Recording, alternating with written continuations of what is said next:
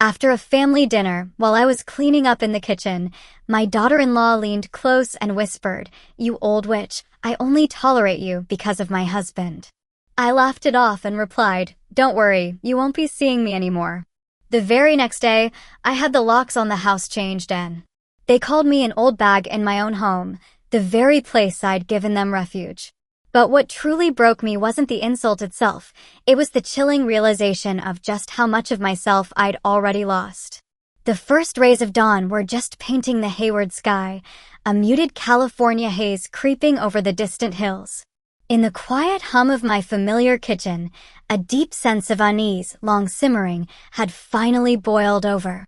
At 65, my mornings started early, often before the city stirred, a quiet rhythm dictated by age and a restless mind.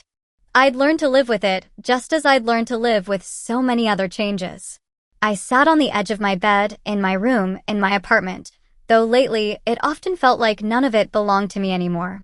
From my window, I could see the highway, a faint ribbon already dotted with the first commuters heading towards Oakland and San Francisco.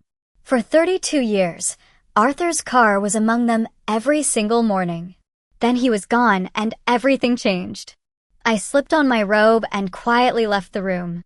This apartment, nearly 1,300 square feet, was once a canvas for Arthur and me. We bought it in the 80s when California wasn't quite so impossibly expensive, added a second floor, built a patio. So many plans, so many dreams woven into these walls. Now, it had become a battlefield, and I, Eleanor, felt like the losing side.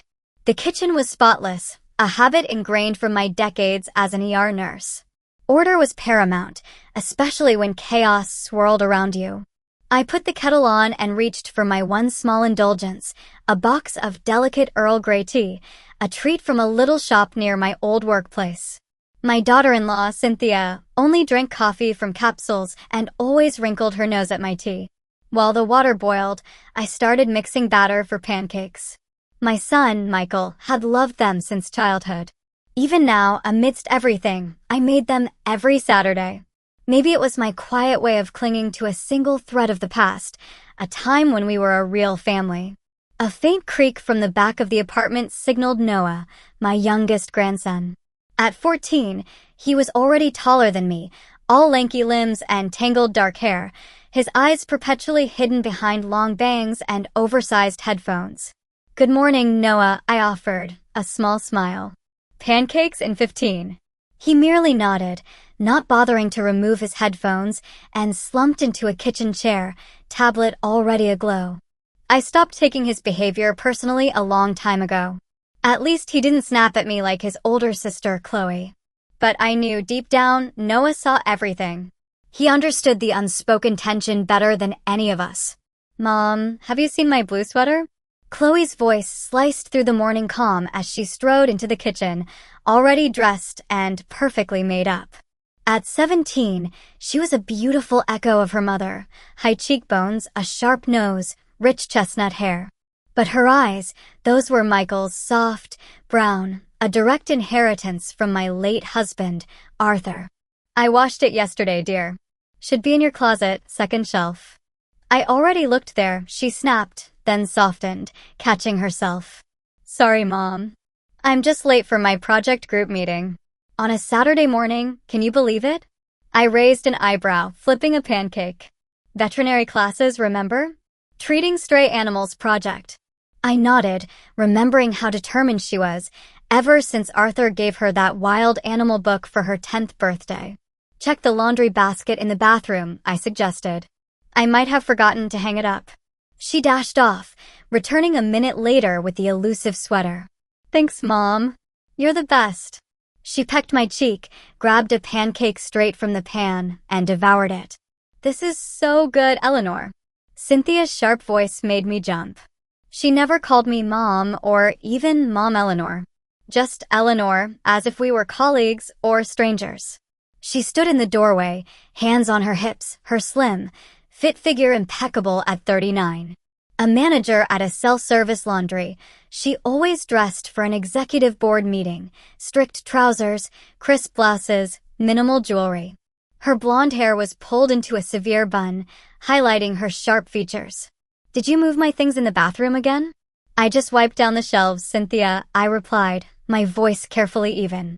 "All your jars are exactly where you left them." "I can't find my hand cream." She squinted. "The one Michael gave me for our anniversary. Maybe it's in the bedroom?" I suggested cautiously, continuing to flip pancakes. "I always keep it in the bathroom," she snapped. "In the right drawer, with all my other things that you're always moving around." Noah snorted softly behind me, eyes glued to his tablet. Chloe rolled her eyes. "Mom, I saw your cream on your nightstand," she said, stuffing the last bit of pancake into her mouth. "Gotta go. I'm late." Cynthia pursed her lips, offering no thanks to her daughter or me. She simply spun around and left, leaving a faint trail of expensive perfume and unspoken grievances. I placed the finished pancakes on a large plate, alongside the maple syrup, another of our fading family traditions. Michael appeared just as I finished washing the pan. At 42, with a receding hairline and a slight paunch, he still looked like the little boy I used to carry in my arms. My only son. My pride. My pain. "Morning, Mom." He yawned, stretching. "Pancakes? You're a miracle." In moments like these, I wanted to believe that not all was lost, that my boy was still in there, somewhere, beneath the tired, spineless man who let his wife rule his mother's house. "Your father always said a Saturday without pancakes wasn't a Saturday," I smiled, pouring him a cup of coffee. Michael nodded, avoiding my gaze. We both knew he didn't like me talking about Arthur. It made him uncomfortable, reminded him of how much things had changed since his father's death 5 years ago. Cynthia returned to the kitchen, holding the hand cream demonstratively. "It was on the nightstand, just like Chloe said," she announced, glancing at me. "Next time, Eleanor, don't touch my things, okay? Everyone needs their personal space." I nodded silently, though 1,000 retorts screamed in my head. My personal space had been violated long ago. This apartment was my property, for which I was still paying the mortgage. I had let them move in after Michael was laid off, thinking it would be temporary, a year at most, until they got back on their feet. 3 years had passed. Instead, I poured myself more tea and walked to the window. From the 8th floor, I had a sweeping view of the city, the distant hills, and on a clear day, the bay itself. Today, the sky was a typical California haze. "Mom, Cynthia and I are going to Roy's birthday party tonight," Michael said, chewing a pancake. "Will you stay with the kids?" It wasn't a question. It was a statement, as always. They never asked if it was convenient or if I had plans. They just presented me with a fait accompli. "Sure," I said, turning to him with a manufactured smile. "I've got a new book I've been wanting to read in peace." "Great," Cynthia said, pulling a yogurt from the fridge. "Oh, by the way, I noticed you used my shampoo again. The French one." "I asked you not to touch it, Eleanor. It's expensive, and I buy it specifically for my hair." I hadn't touched her shampoo. I had my own, a regular supermarket brand. But there was no point arguing. "I'm sorry, Cynthia. I won't do it again." She nodded, accepting my apology like a queen accepting tribute from a vassal, and sat at the table next to Michael. They began discussing their evening plans, completely ignoring me. I finished my tea, placed the cup in the dishwasher, and retreated to the sanctuary of my room. Passing Noah's slightly ajar door, I heard soft music. He'd returned to his room immediately after breakfast. My grandson was absorbed in a game, his thin shoulders tense, fingers flying across the keyboard. "Noah," I ventured, "would you like to go for a walk today? The weather's lovely." He turned, pulling off his headphones for a second. "Can't, Grandma. Online tournament. Team game. Can't let the guys down." "I understand." I smiled, one last attempt. He nodded, headphones back on. We used to walk a lot. I'd show him plants and tell him stories from my time in the ambulance. But over the last year, he'd retreated, preferring the virtual world to the constant tension in our apartment. I didn't blame him. Back in my room, I pulled an old photo album from my nightstand. Our wedding with Arthur. Michael's birth, his first steps, school days, graduation. Here he was, introducing us to Cynthia, young, in love, so happy. Then Chloe's baby photos, then Noah's. The last picture is with Arthur, gray-haired but still vibrant. Who could have known a heart attack would take him so suddenly? After his death, I held on. I worked in the ambulance for 2 more years before retiring. A few months later, Michael lost his job as an engineer. He called me immediately. "Mom, we need some time to get back on our feet. Can we stay with you? Just a year at most." Of course, I agreed. How could I refuse my only son? They sold their house to pay off debts, mostly gambling debts, I later learned. Michael had a problem with sports betting. He moved in. He got a job as an operator at an auto parts factory, a significant pay cut. Cynthia continued at the laundromat. They barely made ends meet, just enough for necessities and the children's education. I never asked them for rent, only for my share of the utilities. But gradually, insidiously, everything changed. Cynthia started bossing me around in my kitchen, rearranging furniture, criticizing my habits. Michael stayed silent, avoiding conflict. At first, I tried to gently assert my boundaries, but each time it ended in a cold war that affected the children. So, I started giving in on small things, then bigger things. I hid the album as Chloe knocked. She'd returned earlier than expected. "Mom, can I come in?" "Of course, sweetie." She slipped in, closing the door. She scanned the room, as if checking we were alone, and sat beside me on the bed. "I wanted to apologize for Mom," she said quietly. "For what she said this morning, about the shampoo and everything." "It's okay, sweetie. Don't worry about it." "But it's not okay." Anger flashed in her eyes. "This is your house, and she acts like like I'm a guest taking advantage of your hospitality," I finished gently. Chloe nodded, biting her lip. "I talked to Dad, but he just brushes it off. He says everything's fine, that you like taking care of us." I sighed. Michael was a master of self-deception.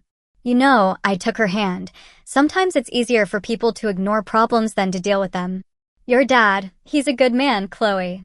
He's just afraid of conflict, like many people." She looked me dead in the eye. "Grandma, why do you let them treat you like that? It's your apartment. You could." "What?" "Kick you all out." I shook my head. "You're my family. You're all I have left." Chloe hugged me, pressing her cheek against my shoulder. "You know, I've been writing down your stories," she said unexpectedly. "The ones you told me about the ambulance, the difficult calls, the lives you saved. You were so brave, Eleanor. What happened to that woman?" I didn't know how to answer. Where was the Eleanor who rushed into burning buildings without hesitation? Who made life or death decisions in seconds? Who wasn't afraid to put arrogant doctors in their place? Who wore her uniform with pride? Who knew her own worth? "She's still here," I whispered, touching my chest. "Just a little tired." Chloe nodded, understanding. "I have to finish my project, but I wanted you to know that Noah and I are on your side. Always." When she left, I sat motionless for a long time, staring out the window. Hayward continued its life, an ordinary American town, with ordinary families, ordinary problems, in ordinary houses.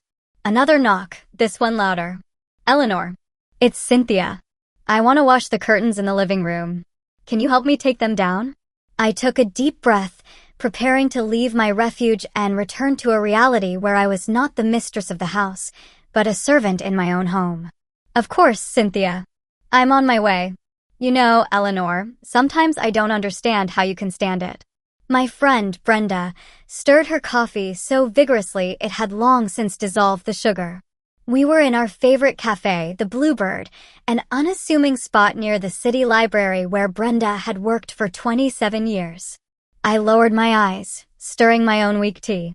But at least Brenda was here, the only person I could talk to openly.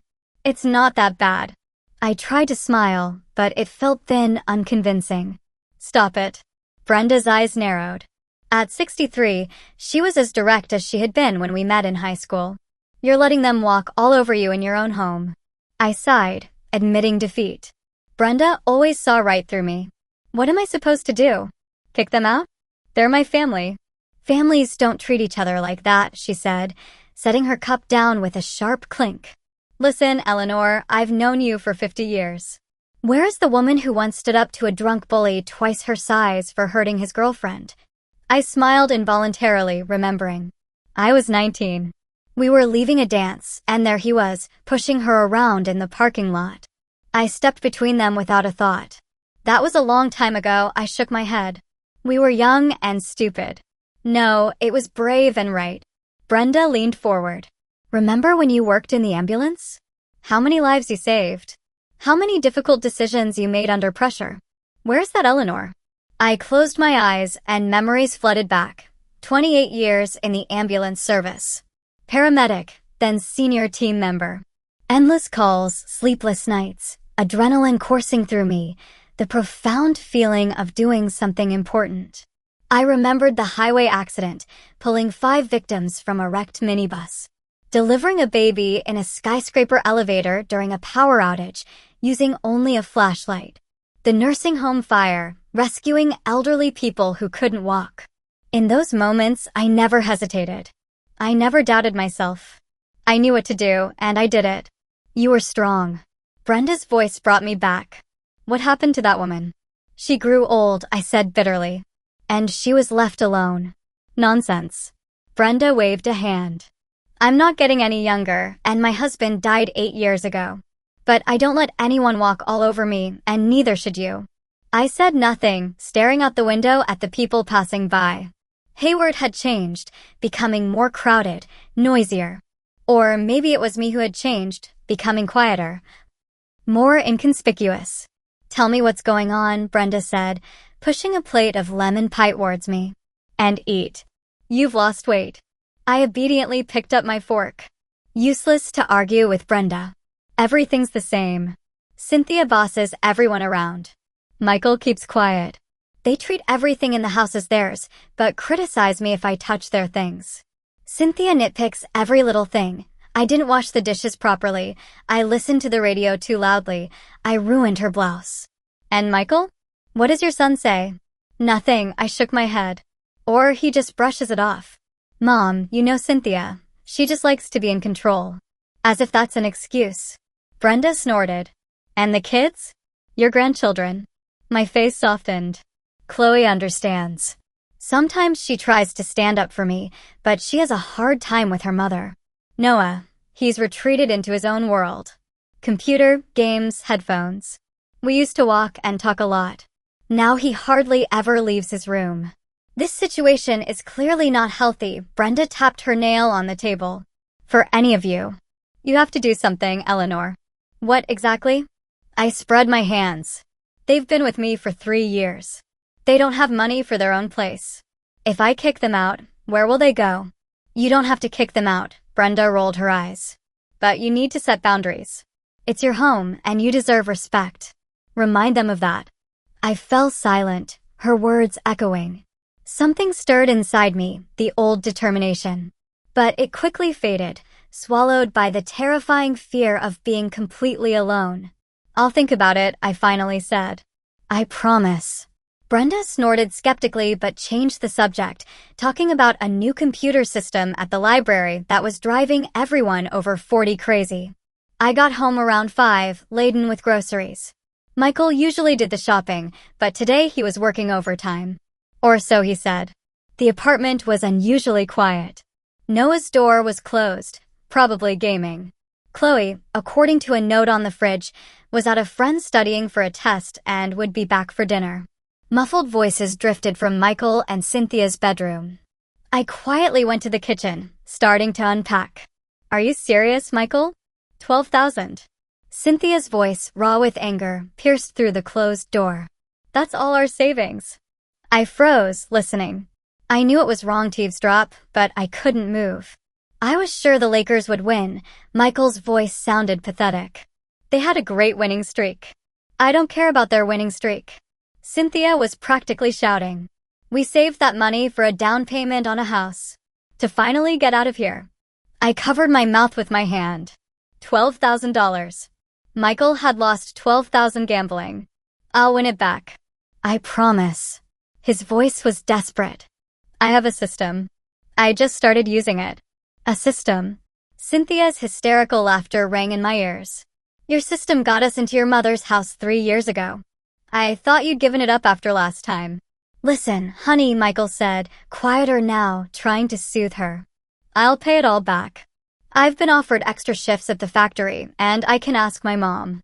No, Cynthia snapped. I've had enough of your favors. I'm not going to be even more dependent on your mother. I carefully placed the bag of vegetables on the counter, trying not to make a sound. My heart pounded. He was down again. He had lied to me again. There was no overtime. He was probably at some bookies, blowing the last of their savings. The bedroom door flew open. I barely had time to turn to the refrigerator, pretending to put away groceries. Cynthia stormed out, slamming the door so hard the glass rattled. Oh, Eleanor. She stopped seeing me. You're back already. Her eyes were red from crying or rage. Her hair was disheveled, her cheeks flushed. I'd never seen her so distraught. Just got home, I smiled as naturally as I could. I bought everything for dinner. Thought I'd make tuna casserole. Michael loves it. Cynthia stared at me for a few seconds, as if she didn't understand. Then she shook her head. Do whatever you want, she said. I'm leaving. Don't wait for me for dinner. She grabbed her bag and jacket and rushed out, slamming the apartment door behind her. I exhaled slowly, realizing I'd been holding my breath. Michael emerged from the bedroom, pale, a blank look on his face. He hesitated in the kitchen doorway. You heard everything, didn't you? He asked quietly. I nodded, seeing no point in pretending. 12,000, Michael. My voice trembled. How could you? He lowered his eyes.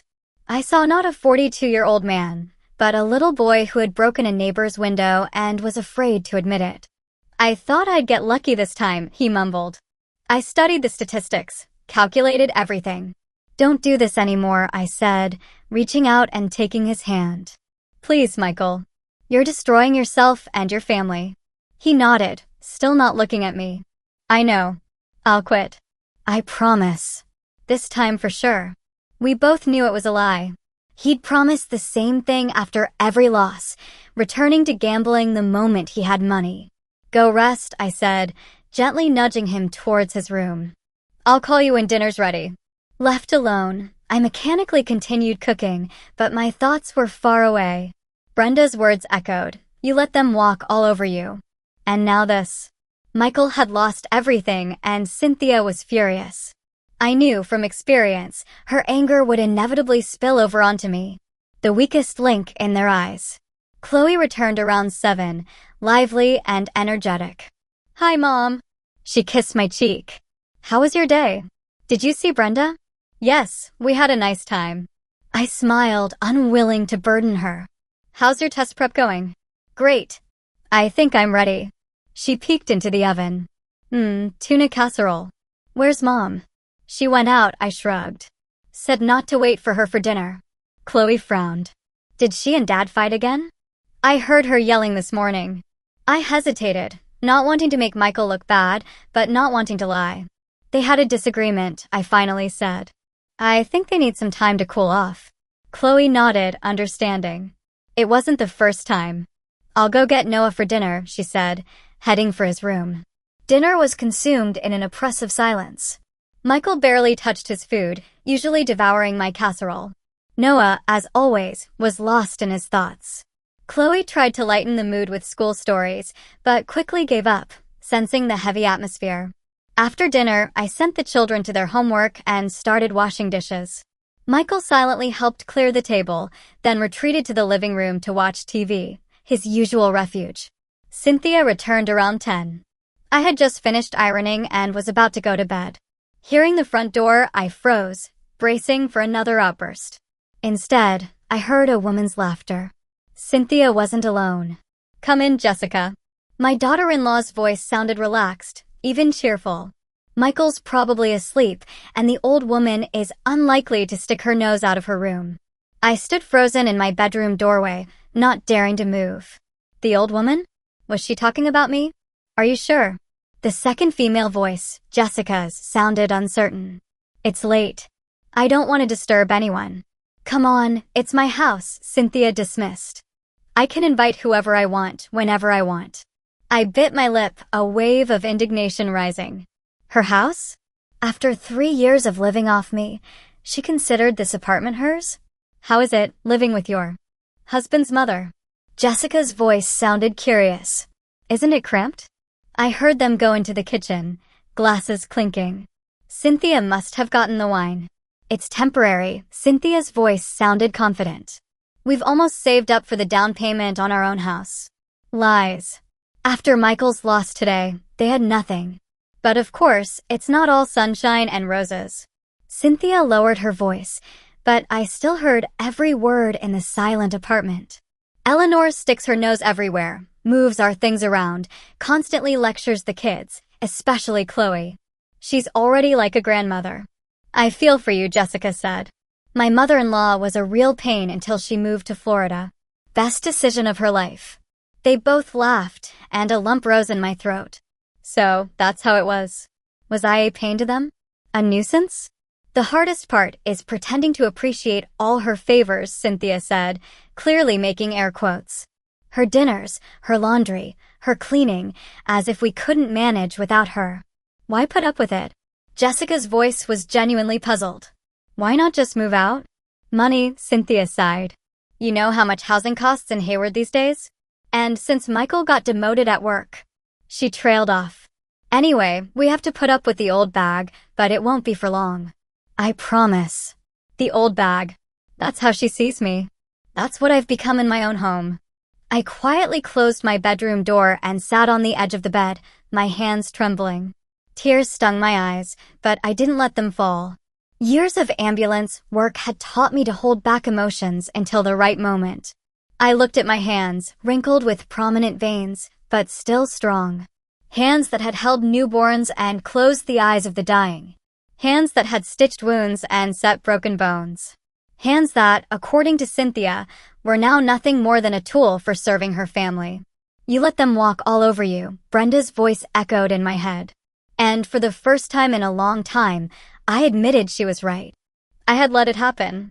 I had become invisible in my own home, an old burden. Something cracked inside me, like ice on a river in spring.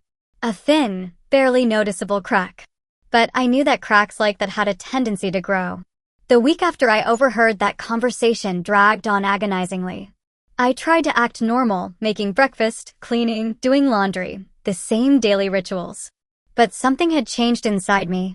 Cynthia's words, old burden, rang in my ears every time I saw her. Michael was depressed and silent. Cynthia pointedly ignored him at dinner, talking only to the children.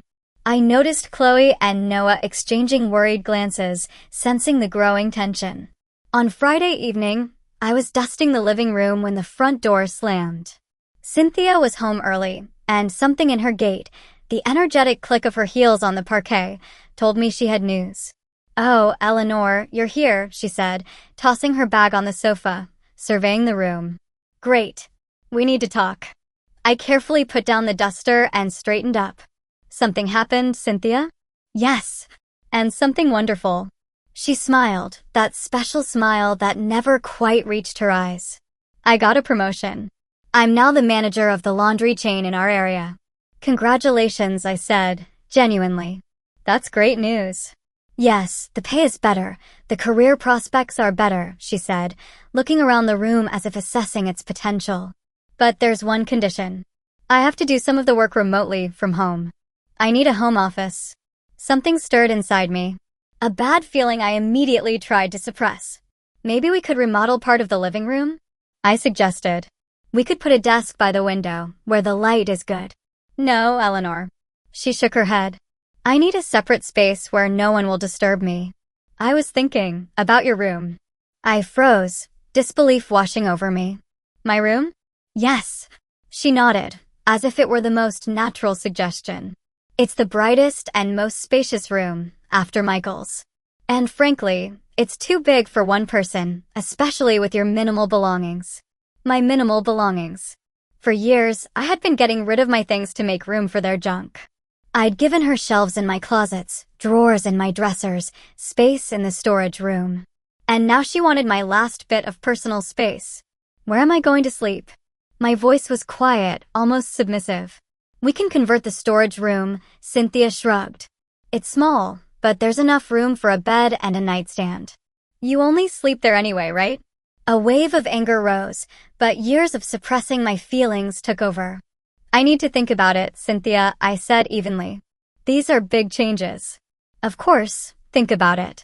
She smiled condescendingly as if talking to a child. But I'd like to start rearranging tomorrow. The office furniture will be delivered on Wednesday. She had already ordered it. Without asking me. Without discussing it. She had just decided. Have you discussed this with Michael? I asked, hoping my son would at least try to stand up for me. Of course, she dismissed. He's all for it. This is our chance to finally get back on our feet after recent events. Recent events? Is that what she called Michael's $12,000 loss? I'll talk to him, I said, a strange calmness growing inside me. Not humility. Something else. Something dangerous. Please, Cynthia shrugged. Just don't take too long to decide. I already ordered the paint for the walls. I think light gray will look great. She turned and walked into the kitchen, leaving me standing in the middle of the living room with a dust rag in my hand. My house, my room, my life. And they were going to change it all without my consent. Michael came home around 7. I was waiting for him in the kitchen, cooking his favorite roast. Cynthia was at a meeting with colleagues, and the kids were at a friend's. We were alone, mother and son, like in the old days when Arthur was away, and we'd have special evenings with board games and homemade cookies. It smells amazing, Mom. He smiled as he entered, but his smile faded when he saw my face. Is something wrong? Cynthia told me about her promotion, I said, pointing him to a chair. Sit down. Let's talk. He nervously licked his lips but obeyed. Yes, that's great news. Her salary will almost double. And she wants to take my room for her office, I interrupted. Is it true that you agreed? Michael lowered his eyes, and I knew the answer. Mom, it's only temporary, he began. As soon as we save up for the down payment on the house. After you lost $12,000? I shook my head. Michael, do you realize you're asking me to move into a storage room? A windowless room the size of a closet. We'll make it comfortable, he said, still not looking at me. We'll put in a nice bed, lamps. It's not about the bed, I sighed. It's about respect. This is my house, Michael. I'm still paying the mortgage on it. I know. He slumped further. And we're grateful to you for letting us live here, but this is a chance for Cynthia, for all of us. With her new salary, we can save up for our own place faster. And how long will that take? I looked at my son, trying to see the responsible man Arthur, and I had hoped to raise. A year, 2, 5? When was the last time you did something for yourself instead of just going with the flow and indulging Cynthia? That's not fair. He finally looked up, a flash of hurt in his eyes. I'm trying to provide for my family. Yes, I made a mistake with those bets. But I'm working on it. And Cynthia's promotion is our chance to make things right. By making your mother live in a closet? I shook my head. Michael, this isn't right, and you know it. He was silent, staring at his untouched roast. I could see the struggle. Part of him knew I was right, but a stronger part was afraid to stand up to his wife. I'll talk to Cynthia, he finally said. Maybe we can work something out. I knew he wouldn't. Or he would pretend to, then tell me Cynthia wouldn't agree, as always. Okay, I nodded, giving him one last chance to show some backbone. Talk to her. The rest of the evening passed in tense silence. Michael went to the living room, and I sat in the kitchen for a long time, going over options. The storage room was tiny, about 6 square meters, no windows, just a single bare bulb. The prospect of spending the rest of my life there was depressing. But what depressed me most was the thought of parting with things that wouldn't fit. Especially the vinyl record collection Arthur and I had spent a lifetime curating. More than 200 albums, from classic jazz to 60s rock and roll. Definitely no room for them in a storage closet. The next morning, I woke to the sound of furniture being moved. Peeking out, I saw Cynthia and Michael in the living room, pushing the sofa against the wall. What's going on? I asked, pulling my robe tighter. We're getting ready to rearrange the furniture, Cynthia smiled, but her eyes remained cold. Michael said you discussed everything yesterday. I looked at my son, who carefully avoided my gaze. We talked, I said slowly, but I didn't give my consent. Oh. Cynthia straightened, her smile vanishing. I thought it was settled. The office furniture is being delivered on Wednesday, and we wanted to start repainting the room today. I haven't decided yet, Cynthia. I crossed my arms. This is a big change. I need time. There's no time, she snapped. I need to start working from home on Monday. If the room isn't ready, I could lose this opportunity. Mom. Michael finally looked at me. Please, this is very important to us. I felt anger rising. They hadn't even asked. They just decided everything for me, confident I would give in again.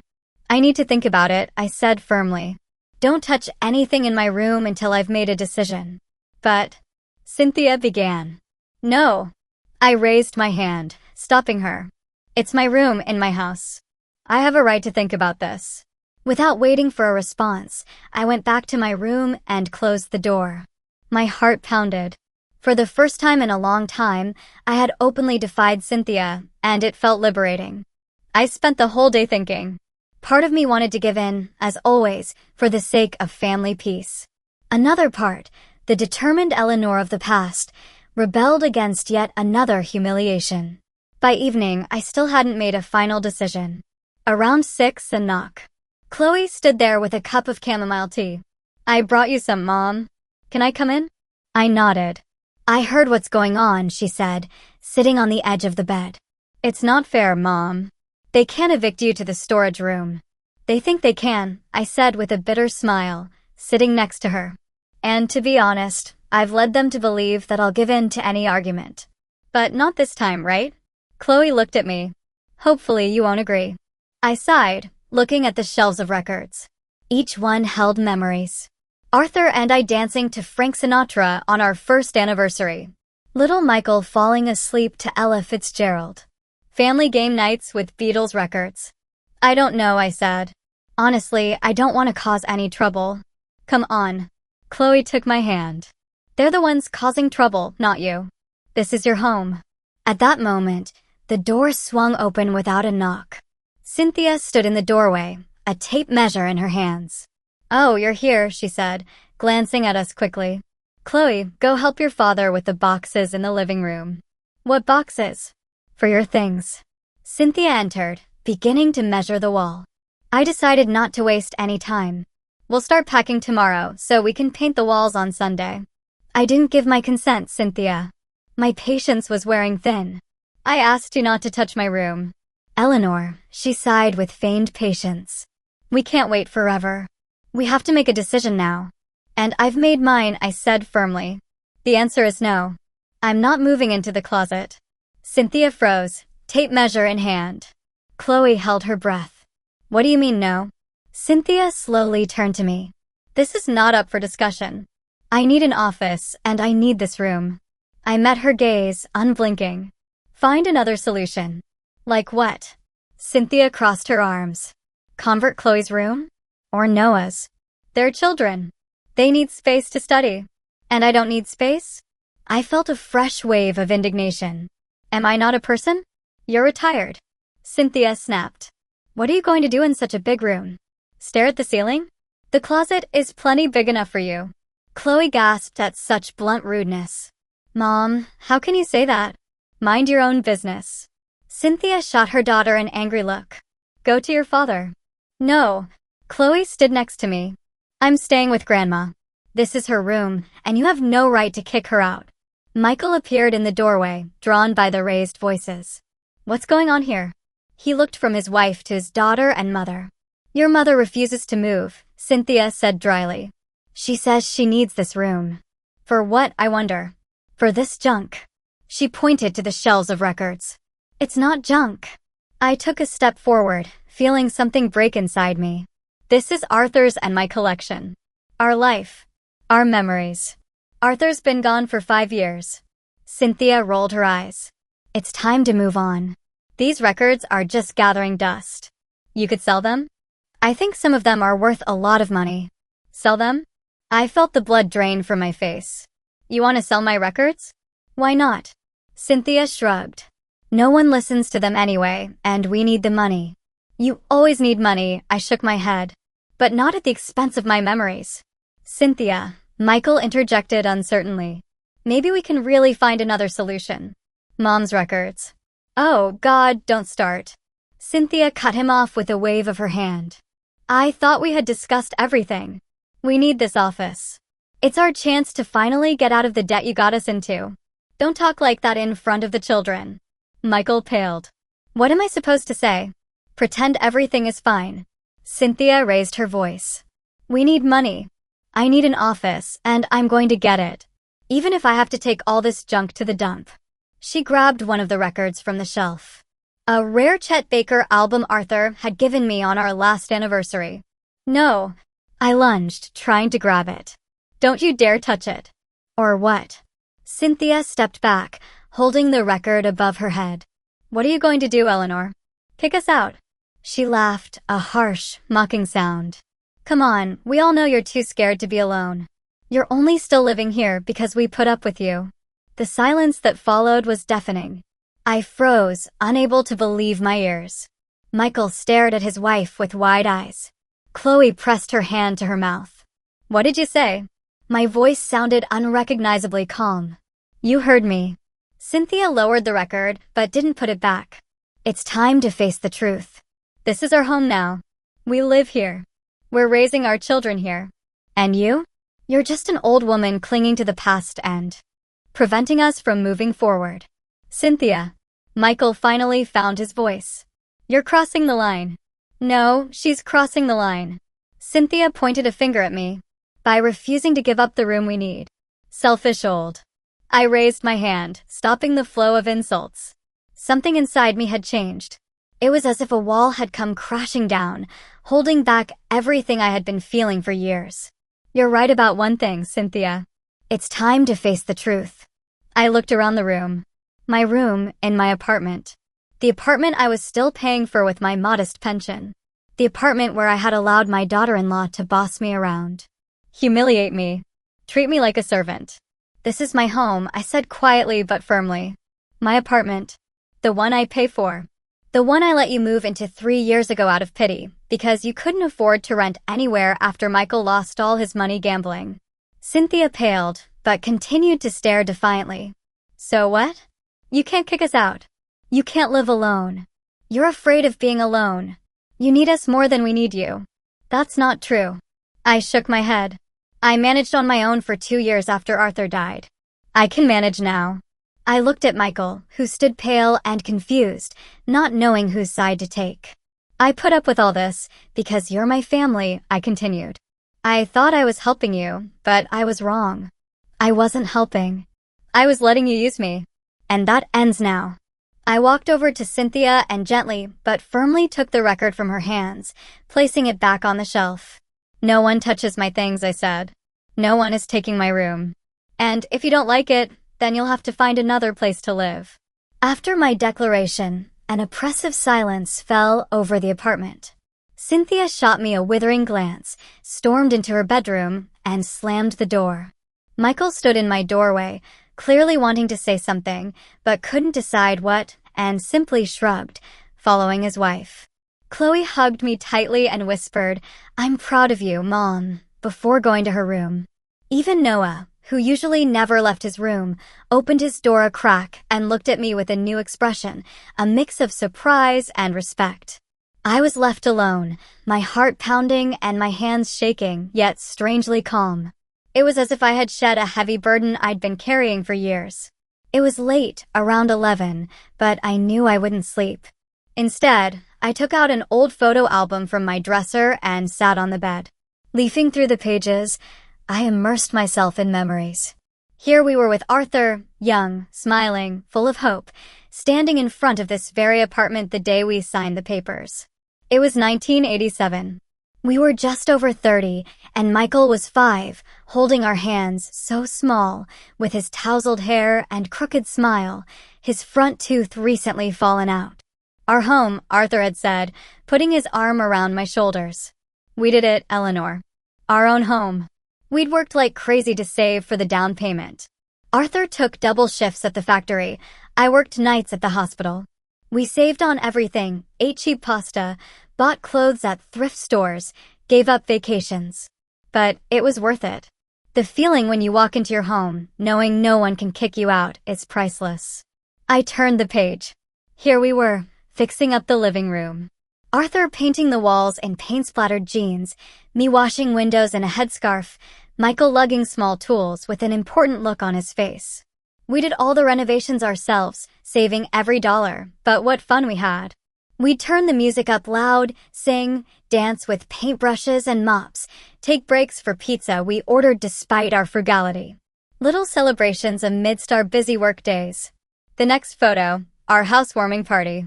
Friends, relatives, colleagues crowded into the living room. Everyone brought gifts. Some curtains, some pots, some flower pots. Brenda, there she was, in the corner with a glass of wine, laughing at someone's joke. She gave us the first record for our future collection, Bob Dylan's Time Out of Mind. Start with the classics, she'd said. And so we did. Every month, no matter how tight money was, we bought one new record. It was our ritual. After payday, we'd go to the music store and spend a long time choosing, consulting. Jazz, rock, blues, classical. Our collection grew, reflecting our changing tastes and moods. I closed the album and walked to the record shelves. I ran my fingers along the spines, reading the familiar titles. Each one was a piece of my life with Arthur. Our first years in this apartment, Michael's birth, his growing up, our family holidays, quiet evenings just listening to music and talking about everything under the sun. Arthur always said music was the language of the soul. He loved jazz, especially Miles Davis and Chet Baker. I was more a fan of classic rock and folk, Bob Dylan, Simon and Garfunkel, Joni Mitchell. But we found compromises, discovered new things together, created our own musical world. And now Cynthia wanted to throw it all away or sell it like junk, like useless trash, to make room for her office in my house. I went back to the bed and sat down, looking out the window at Hayward at night. The city lights twinkled in the darkness, mirroring the stars. Arthur loved that view. Sometimes in the evenings, we'd just stand at the window, hugging, and look at the city. Imagine how many lives, how many stories are unfolding right now behind each of those windows, he would say. What would he say if he could see what our family had become after his death? What would he advise me to do? I knew the answer. Arthur always taught Michael to respect others and take responsibility for his actions. He would not approve of how his son allowed his wife to treat me, and he certainly wouldn't have stayed silent if someone tried to evict him from his own bedroom. How did I let things get this far? The thought haunted me, forcing me to relive and analyze the past few years. After Arthur's death, I was devastated. A sudden heart attack took him at 64. He didn't even get to retire. Didn't see Chloe go to high school. Didn't live to see Noah's birth. It was so unfair, so painful that I felt numb. For the first year, I just existed. Going to work, coming home, going through the motions. Michael and his family visited every weekend, bringing food, helping with cleaning, keeping me company. I was grateful for their support. And then, when Michael lost his job, I didn't hesitate to offer for them to move in. It seemed perfect. They wouldn't pay rent, I wouldn't be alone, and I'd spend more time with my grandchildren. At first, everything went well. Cynthia cooked. Michael helped with repairs. The children filled the apartment with life and laughter. But gradually, almost imperceptibly, the balance of power began to shift. At first, it was little things. Cynthia rearranged furniture in the kitchen without asking. Then she started buying foods I never ate, explaining they were better for me. Then the daily routine revolved around their schedule, not mine. And at some point, I realized I was asking permission to turn on the TV in my own living room. I let them do it. I justified it. They're young. They have their own lives. I don't want to interfere. It's not important. Just little things. For the sake of peace. So as not to be left alone. But now, looking at it from the outside, I realized I had betrayed myself. And not just myself. I betrayed Arthur's memory, the life we built, the values we held dear. We would never have allowed anyone to boss us around or set rules in our home. And now Cynthia wanted to evict me from my own bedroom, sell Arthur's record collection, and lock me in a windowless closet. And she had the audacity to say she was putting up with me in my own home. This had to stop. I opened the drawer of my bedside table and took out a folder with documents. The deed to the apartment, the mortgage, the insurance policies. Everything was in Arthur's and my names, and after his death, only in mine. Michael and Cynthia had no legal claim. They were only here because I allowed them to be, and it was time to remind them of that. I decided that in the morning I would go to the bank, then to a lawyer. I needed to know exactly what rights I had and how to protect them. No more concessions, no more compromises at the expense of my dignity. With that thought, I finally went to bed, and for the first time in a long time, I fell asleep almost immediately, without the usual tossing and turning and anxious thoughts. The morning greeted me with bright sunshine and an unusual silence. Michael's car was still in the parking lot. They hadn't left. They were probably just avoiding me after yesterday. I quickly dressed, choosing my best pantsuit, the one I used to wear for important meetings at the hospital, dark blue, austere, confidence-inspiring. I pulled my hair back into a neat bun and even put on some light makeup. Looking in the mirror, I didn't see a downtrodden grandmother, but a professional, a woman who knew her worth. When I left the room, I found Michael in the kitchen. He was sitting over a cup of coffee, looking as if he hadn't slept all night. "Good morning," I said in a neutral tone. He flinched and looked up at me with tired eyes. "Mom, about yesterday." Cynthia didn't mean it. She was just on edge. "No excuses, Michael." I poured myself some tea. Cynthia said exactly what she thinks, and I appreciate her honesty. "Are you going somewhere?" He glanced at my suit. "I have things to do in town," I said, not going into details. "I'll be back for dinner." He nodded, clearly not wanting to continue the conversation. I finished my tea, grabbed my bag, and left the apartment, feeling my resolve grow with every step. My first stop was the bank. My advisor, a young woman named Ashley, greeted me with a professional smile. "How can I help you today, Mrs. Hendricks?" "I need some information about my mortgage," I said, taking out my documents. "I want to know how much I have left to pay and what my rights are as the sole owner of the property." Ashley typed something into her computer, studying my account. "You have a very good credit history, Mrs. Hendricks," she remarked. "You've never missed a payment in." She scrolled down. "All 38 years of your mortgage. Impressive." I felt a surge of pride. Arthur and I had always been disciplined, and I had continued that. "Only 3 payments left," Ashley said. "After that, the apartment will be yours, unencumbered." 3 payments. Just 3 months, and the 30-year mortgage we took out with Arthur when we were young parents with dreams would be paid off. "What about my rights?" I asked. "Can I evict someone from the apartment?" Ashley raised her eyebrows slightly. "You are the sole owner, according to the documents. That gives you the full right to decide who can live in your property and who cannot." She recommended I consult a housing lawyer and gave me the contact details for David Hayes, a specialist she knew.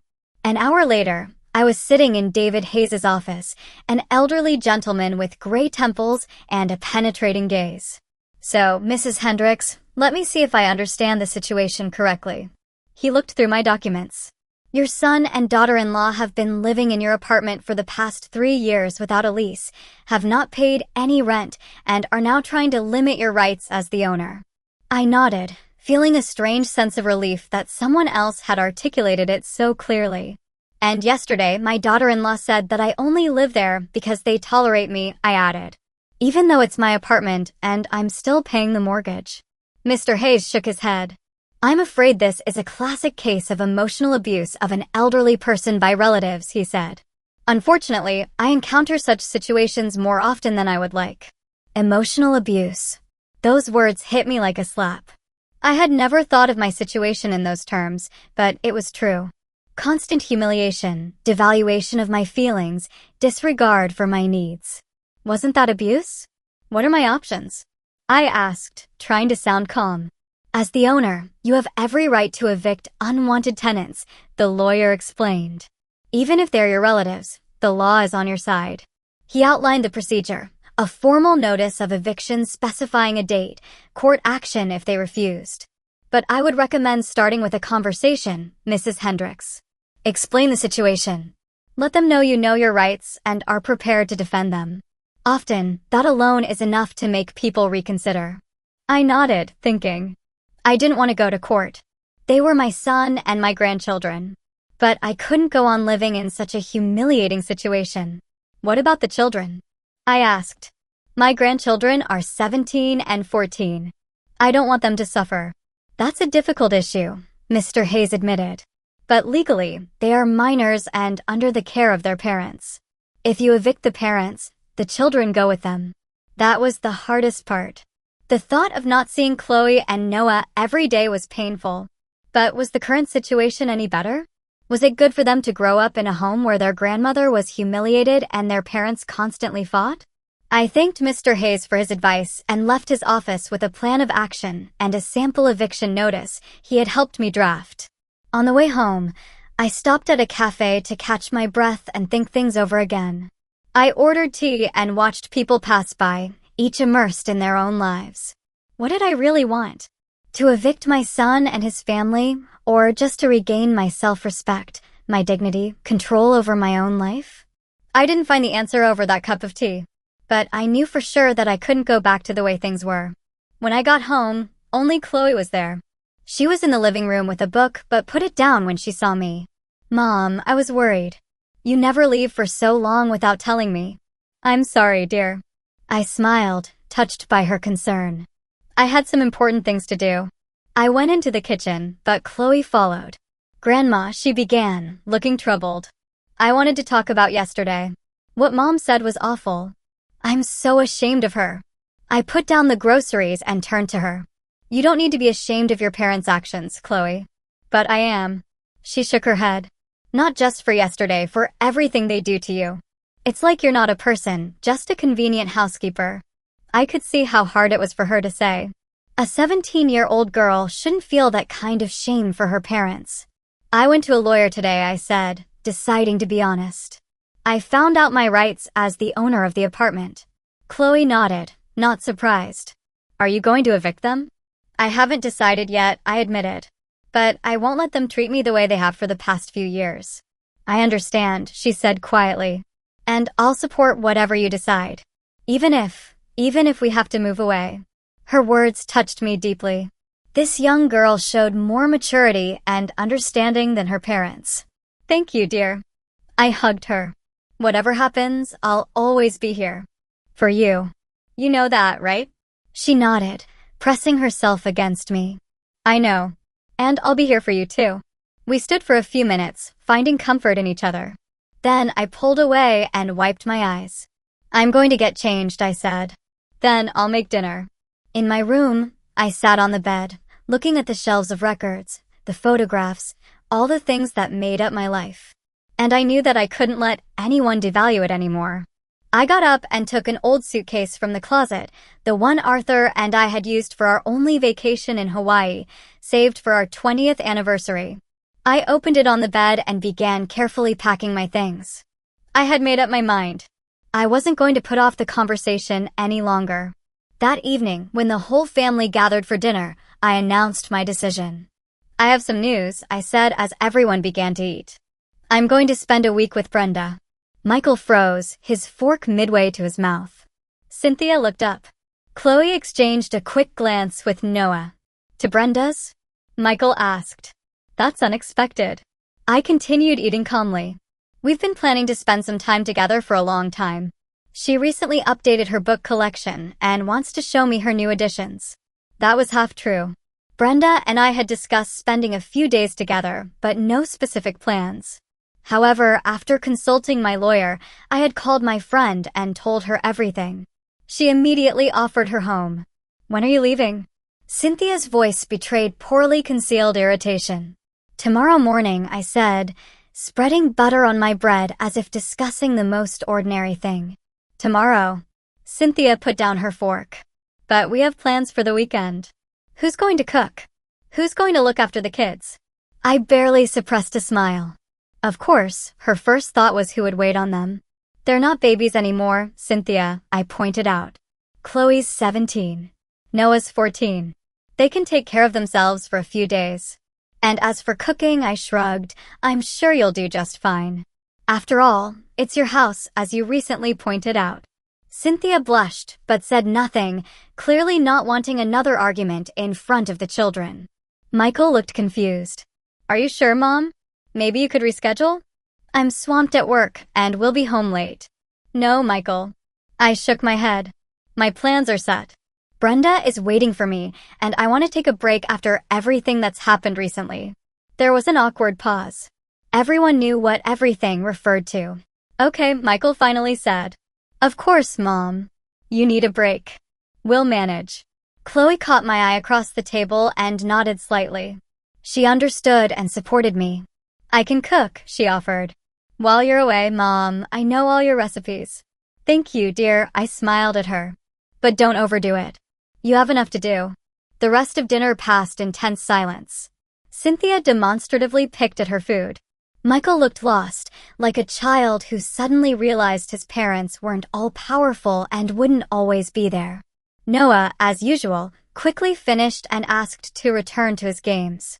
Only Chloe behaved normally, talking about school and weekend plans.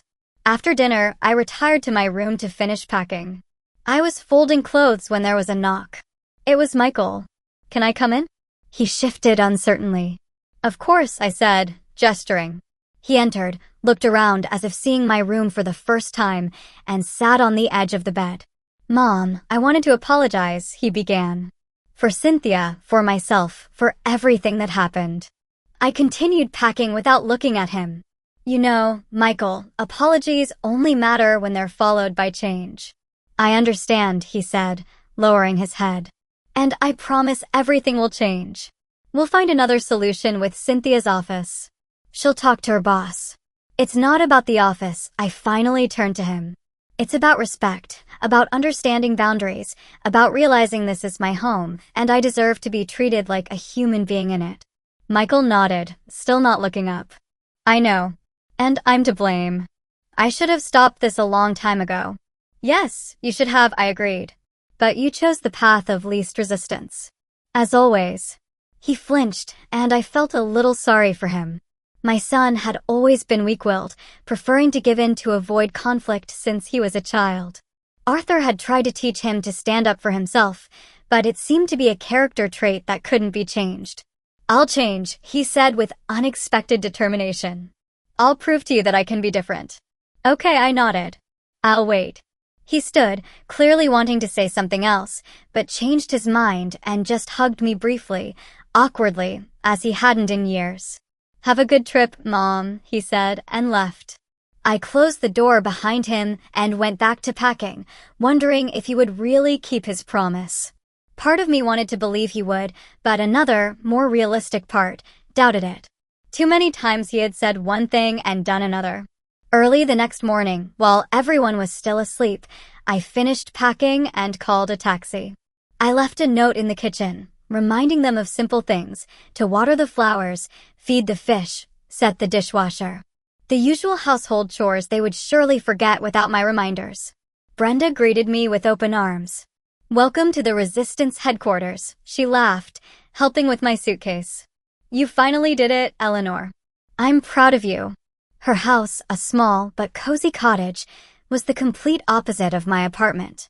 Books everywhere, bright pillows, unusual souvenirs from her travels, paintings by local artists.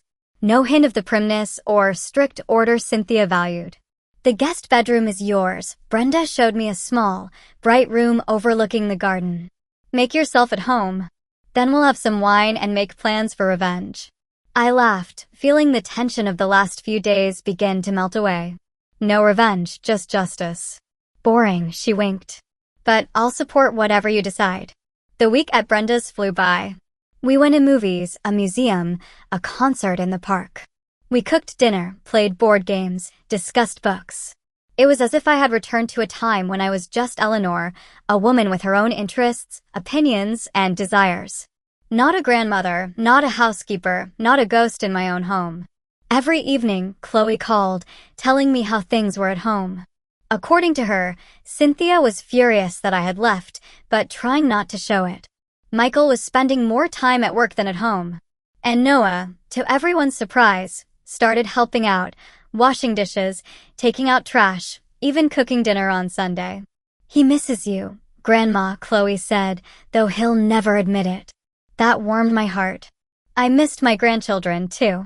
Despite everything, they were part of my life, my family. The day before I returned, I met with Mr. Hayes, my lawyer. We discussed the next steps, and he handed me the official eviction notice, drawn up in accordance with all legal requirements. 30 days, he said. By law, you must give them at least 30 days to move out. If they don't leave, we'll go to court. I read the document carefully. It was written in dry legal language, without emotion. Simply a statement of fact. I, as the property owner, was demanding the living space be vacated within 30 days. Are you sure you want to do this? Mr. Hayes asked, noticing my pensive expression.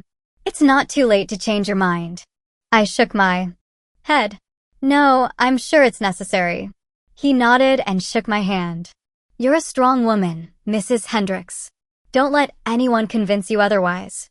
On the day I returned, I felt a strange mixture of anxiety and determination. On one hand, I knew I was doing the right thing. On the other, I was afraid of the reaction of my son, my daughter-in-law, even my grandchildren. Was I being too cruel? Was I destroying our family for good? As if reading my mind, Brenda hugged me before I left.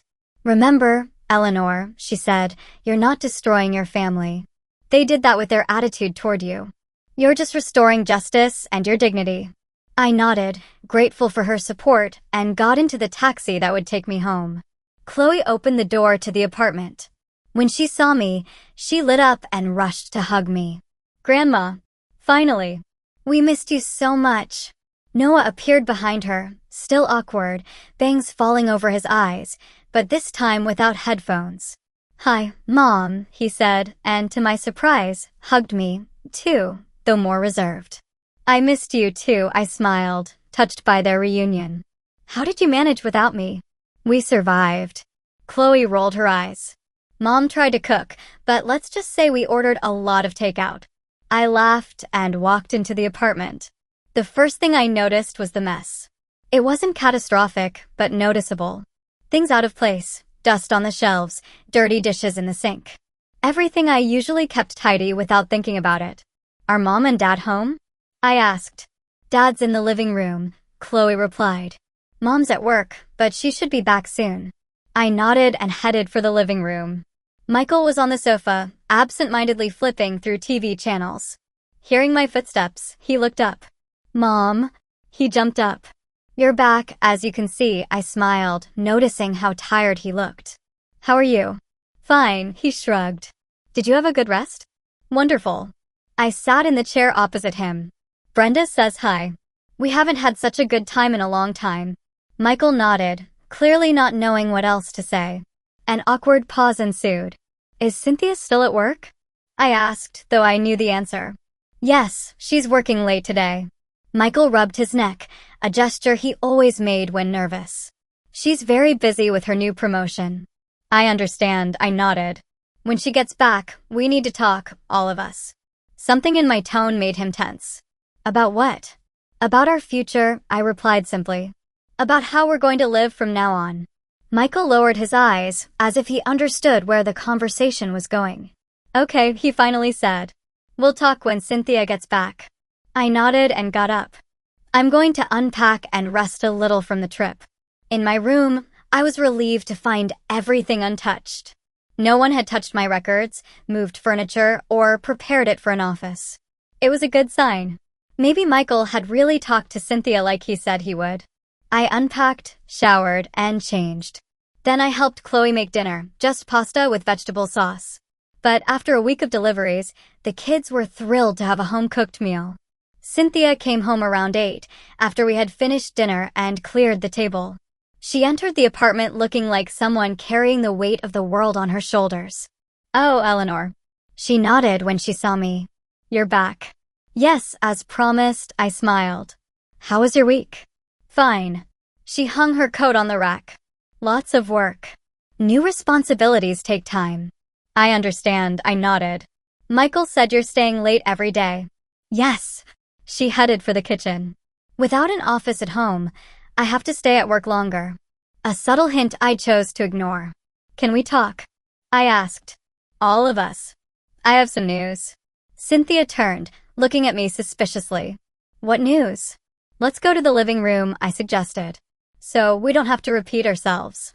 She shrugged and followed me. Michael was already sitting there, looking at his phone.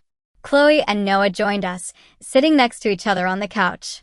I remained standing, feeling it was the right thing to do. I thought a lot during my vacation at Brenda's, I began. About our situation, about how we've lived for the past 3 years, and about how I want to live from now on. Cynthia crossed her arms, clearly preparing to defend herself. Michael looked alarmed. And I've come to the conclusion that this can't go on, I said, taking the eviction notice from my pocket. So, I've made a decision. I handed the envelope to Michael. He slowly opened it, read the contents, and his face went white. What's that? Cynthia snatched the paper from his hands and quickly scanned the text. What is this nonsense? An eviction notice? Are you kidding? No, Cynthia, I shook my head. I've never been more serious. You can't evict us. She crumpled the paper. This is our home. No. I looked calmly into her eyes. This is my home. I've been paying the mortgage on it for 38 years. I let you in here 3 years ago out of compassion. But you've turned my hospitality into a right to boss me around. Cynthia looked as if she had been hit. We boss you around? She laughed, but there was no joy in her laughter. We take care of you. We feed you. Clean up after you. Do your laundry. No, Cynthia, I shook my head. I cook meals for the entire family. I clean the apartment. I do your laundry. And in return, you call me an old burden and try to evict me from my own bedroom. Cynthia opened her mouth to argue, but couldn't think of a response. Mom, Michael finally found his voice. Let's discuss this. I'm sure we can work something out. Work something out, Michael? I looked at my son. I've been compromising for 3 years. I've given in on everything, from the placement of kitchen utensils to the TV viewing schedule. I kept quiet when Cynthia insulted me, rummaged through my things, and belittled my feelings. I put up with you gambling away your money instead of saving for a place of your own. I let you think this was your home, even though the mortgage payments were coming out of my account the whole time. Michael hung his head, acknowledging the truth. And you know what's the saddest part? I continued. I did it out of love, because you're my family. But I've recently realized that real love isn't letting others treat you like a doormat. Real love is setting healthy boundaries and demanding respect. And that's why you're kicking us out? Cynthia's voice was bitter. Your only son and grandchildren? I'm giving you 30 days to find another place to live, I replied. That's more than the law requires, and I'm willing to help with the first month's rent if you need it. How generous, Cynthia snorted. Have you thought about the children? They'll have to change schools, friends. Actually, I looked at Chloe and Noah. I wanted to offer them to stay with me, if they want to. There are rooms available, plenty of space. What? Cynthia jumped up. You want to split up our family? No. I shook my head. I'm offering them a choice. Chloe is 17. She'll be graduating in a year. Noah is 14. He's old enough to make his own decisions. If they want to stay with you, I'll understand. If they want to stay here, our door is always open. Cynthia turned to the children. Did you hear that madness? She wants to destroy our family. Chloe exchanged glances with her brother. Mom, no one is destroying the family, she said quietly. Grandma just wants to be treated with respect, and I understand her. So, you're on her side? Cynthia narrowed her eyes. After everything we've done for you. I'm not taking sides, Chloe straightened up. But I've seen how you've treated Mom all these years, and it's not right. Cynthia looked at Noah. What about you? Are you going to betray your own parents too? Noah, who had been silent until then, sighed. Mom, stop being so dramatic. No one is betraying anyone. Mom is her home, and you and Dad, you weren't very nice to her. Cynthia looked as if everyone she loved had betrayed her. She turned to Michael for support, but he was staring at the floor, unwilling to get involved. Fine, she finally said. Just fine. So, that's how it's going to be. Well, Eleanor, you win. We'll move out, like you want. But don't think we'll still be a family after that. We'll always be a family, I replied. but now on my terms. With mutual respect and healthy boundaries. Cynthia snorted, grabbed her bag, and stormed out, slamming the door. Michael sat there for a few more seconds, then sighed heavily and followed her, as always choosing the path of least resistance. The three of us remained, me and my grandchildren. A silence broken only by the ticking of the old clock. "Grandma," Chloe finally said, "are you sure you don't mind if we stay with you?" "Of course not." I smiled. "This is your home as much as it is mine. But it's your decision." They exchanged glances, communicating silently. "I'll stay," Chloe said firmly. "At least until I finish school. Then we'll see." "Me, too," Noah nodded. "The internet's good for gaming here." I laughed, feeling genuine relief for the first time in a long time. "Then it's settled. We'll manage together." They went to their rooms, Chloe to prepare for her test, Noah to his virtual battles. I remained in the living room, staring at the closed door behind which Michael and Cynthia had disappeared. I knew they would return to collect their things, talk to the children, perhaps try to change my mind. But I would not change my decision. Enough concessions. Enough compromises at the expense of my own dignity. I walked over to the record shelf, the very collection Arthur and I had spent a lifetime putting together and that Cynthia wanted to throw away. I ran my fingers along the spines, looking for a particular one. There it was, Miles Davis's Kind of Blue, Arthur's favorite album. I carefully took the record from its sleeve and placed it on the turntable. The soft, melancholic sounds of the trumpet filled the room. I closed my eyes, allowing the music to envelop me, to take me back to the days when Arthur and I would sit here in the evenings, holding hands and dreaming of the future. "You would be proud of me," I said to him in my mind. I finally stood up for myself. I knew the road ahead wouldn't be easy. Michael might be offended, Cynthia would harbor resentment, and even my grandchildren might reconsider their decision. But for the first time in a long time, I felt like I was in control of my life. That I wasn't a ghost in my own home, but its rightful owner. I opened my eyes and smiled as I looked at the familiar walls. The photographs on the mantelpiece, the cozy armchairs where we used to sit as a family. This house had seen so many stories, happy and sad, ordinary and extraordinary. And now a new chapter was beginning, my chapter. I turned up the volume a little and began to move to the beat of the music. Slowly, uncertainly at first, but gradually more freely. I hadn't danced in how long? 5 years? Not since Arthur passed away.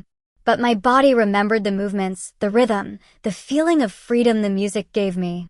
I spun around the living room, letting Miles Davis's trumpet lead me, just as Arthur had once led me in dance. And with every step, with every turn, I felt the weight of years of humiliation and self-denial fall from my shoulders. This was my home, my life, and I had finally regained the right to control it.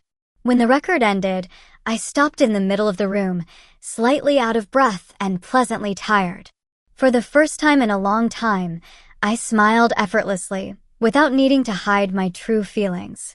Chloe was standing in the doorway, watching me with a tender smile. "You were dancing, Mom," she said. "I haven't seen you dance since Grandpa." "Yes," I nodded. "It's time to remember how to do it." She came over and hugged me. "I'm glad you're back," she whispered. "The real you." I hugged her tightly in return, knowing what she meant. I really was back. Not just back to this apartment, but back to myself, to the Eleanor who knew her worth and wasn't afraid to stand up for herself. And this Eleanor wasn't going anywhere. I'm still trying to piece together how I allowed things to get this far, how I became an invisible old bag in my own home.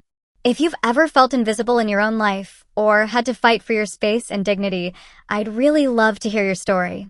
Tell me, what would you have done in my situation? Drop your thoughts below, I'm reading everything.